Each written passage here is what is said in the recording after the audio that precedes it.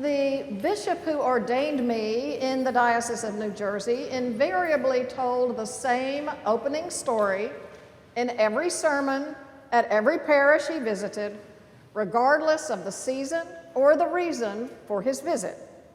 He also often told it at clergy gatherings to the point where we would roll our eyes and go, "Oh no, that story again."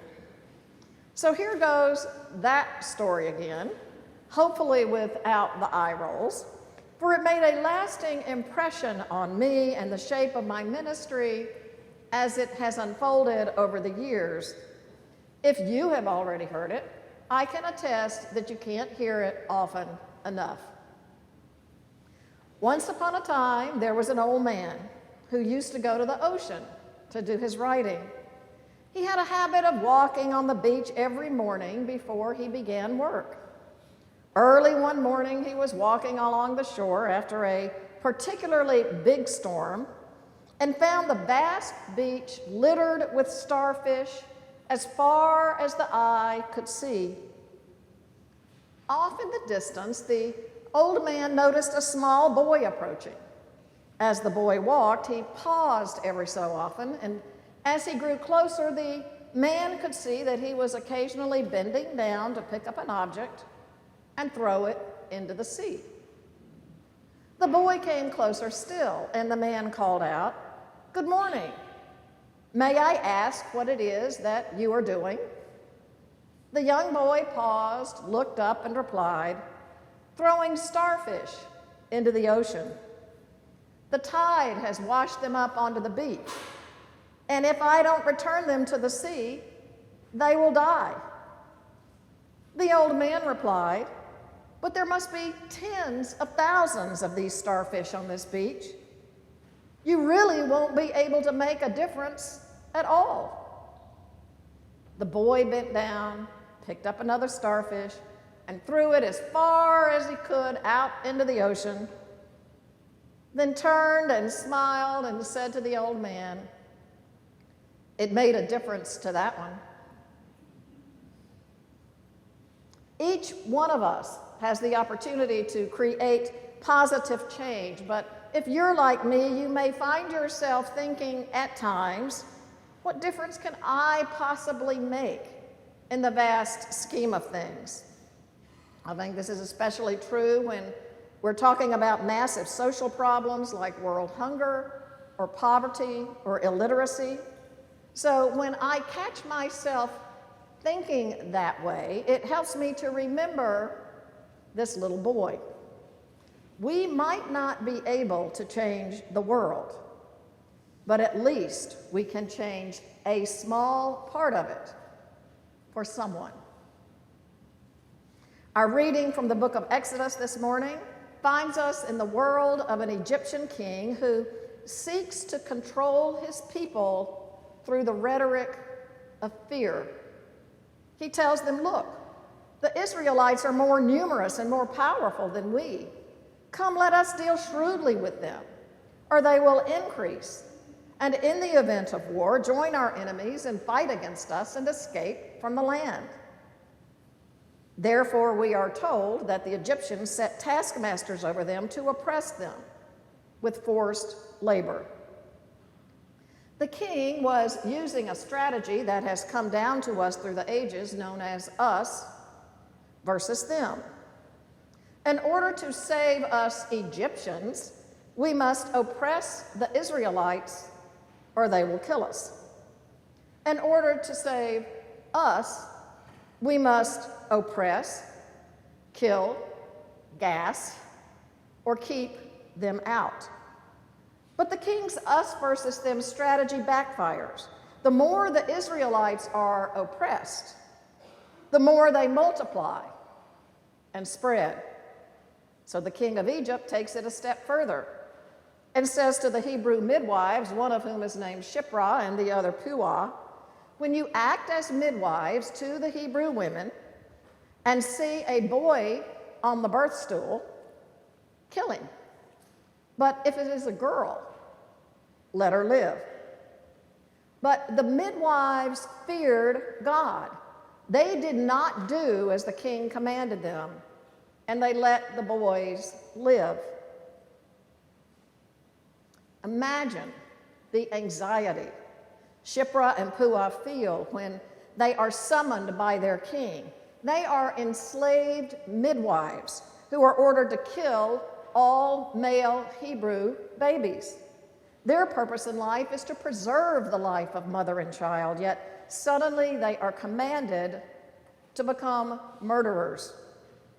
There is no hint in this story whatsoever of a struggle with their conscience about whom to obey.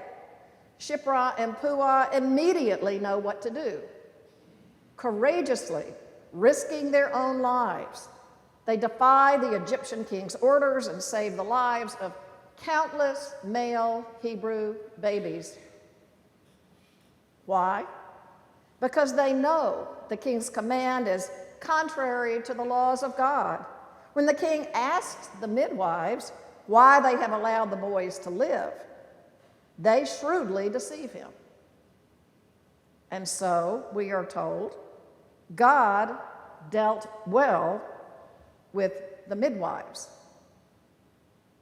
Not only are Shiphrah and Puah brave, they are also perceptive and inventive. When asked a direct question by the king that would have implicated them in a plot to disobey his orders, they know exactly how to respond to save both their own life and the lives of the male infants yet to be born. A number of years ago, I was writing a children's Bible storybook focused on women in Scripture, many of whom are relatively unknown. I mean, who's ever heard of Shiphrah and Puah? Anybody? I don't see any hands going up. One woman, two. Okay, good. Well, that's good. They're not very well known, let's just say. But these brave women intrigued me then, and they were one of my central stories. But there's an element in their story that I soon realized made it very difficult to put in a children's Bible. You see, the women are no doubt heroes because they saved the future of their people without a thought to their own safety. But when they saved their own lives by lying to the king, it makes it tricky to explain to a child in a bedtime story. In ancient Israel, women often became midwives who could not have children themselves. So most likely Shiphrah and Puah are childless. When the king asks them how the male babies are to live, they deceive the king and say that the Hebrew women gave birth before they were ever called, which is clearly not the truth. So, why does God bless the women? Not only by saving their lives, but by giving them children of their own. Womanist biblical scholar Renita Weems, who is a professor at Vanderbilt Divinity School, notes that the midwife's deceit is a conventional weapon of the powerless throughout history, especially women in Hebrew scriptures. Shiphrah and Puah use the weapon of deception where the truth is not defined by the king, not defined by the one with the power, but by those who have no power. Pharaoh is unsuccessful in his attempt to exterminate God's people because he underestimates the tenacity and the creative power of the midwives. The humor in their answer to him is compounded by God's response. Because they fear God and disobey the morally bankrupt king, God rewards them by making them successful. What has always fascinated me about this story, and many others in Scripture, is that God blesses civil disobedience and even acts of deceit when it is necessary to get to a critical underlying truth. The midwives' disobedience to the king rewards them divine favor. we are told that because the midwives respected God, God gave them households of their own. Meeting Pharaoh's violence with deceit, the Hebrew midwives, like so many women after them in Hebrew scripture, act as what is called divine tricksters, working in society to uncover its inequalities and injustices. And here's the crux. Paradoxically, while they deceive, they reveal the truth by exposing the deficiencies of the king's us versus them mentality and offering an opportunity to see what could be. They advance the cause of justice for the entire community and are blessed by God because of it. By being willing to risk their own life, by defying earthly authority, they save not only their lives, but the lives of countless others.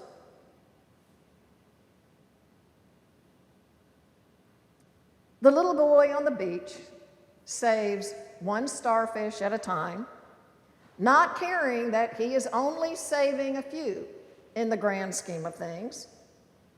The midwives save one baby at a time, not caring that they are only saving a few here and there. And in doing so, they save an entire nation.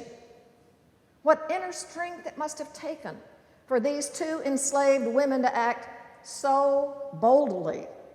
They had no idea of the ramifications of their small act of saving mercy, but the entire biblical narrative depends on it, because one of the babies they save, as we just heard, is Moses, whose life is then saved by two more women, his sister and the Pharaoh's own daughter, who pulls him out of the Nile and eventually raises him in the palace.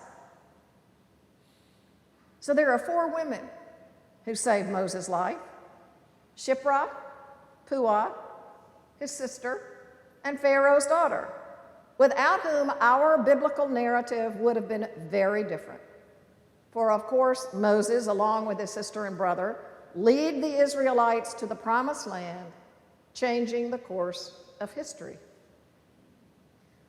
These women from completely different ethnic and socioeconomic backgrounds showed Pharaoh, and they show us today, that women are strong, courageous, and creative. And so are men. Of course, it's not limited to one gender. It never has been. They defy the decrees of their morally bankrupt leader and resist his fear tactics with shrewdness, wisdom, and compassion, saving an entire nation. Fearlessly challenging unjust people and structures was a hallmark of the Hebrew prophets and the life and ministry of Jesus as well. And remember, Jesus' Bible was what today we call the Old Testament. That was his Bible. So he would have known about Shiphrah and Puah. So it just makes me wonder, could these two little-known women have been role models for him? Could they be role models for us today? And the boy bent down, picked up yet another starfish, and threw it as far as he could out into the ocean. And then he turned, smiled, and said, "It made a difference to that one."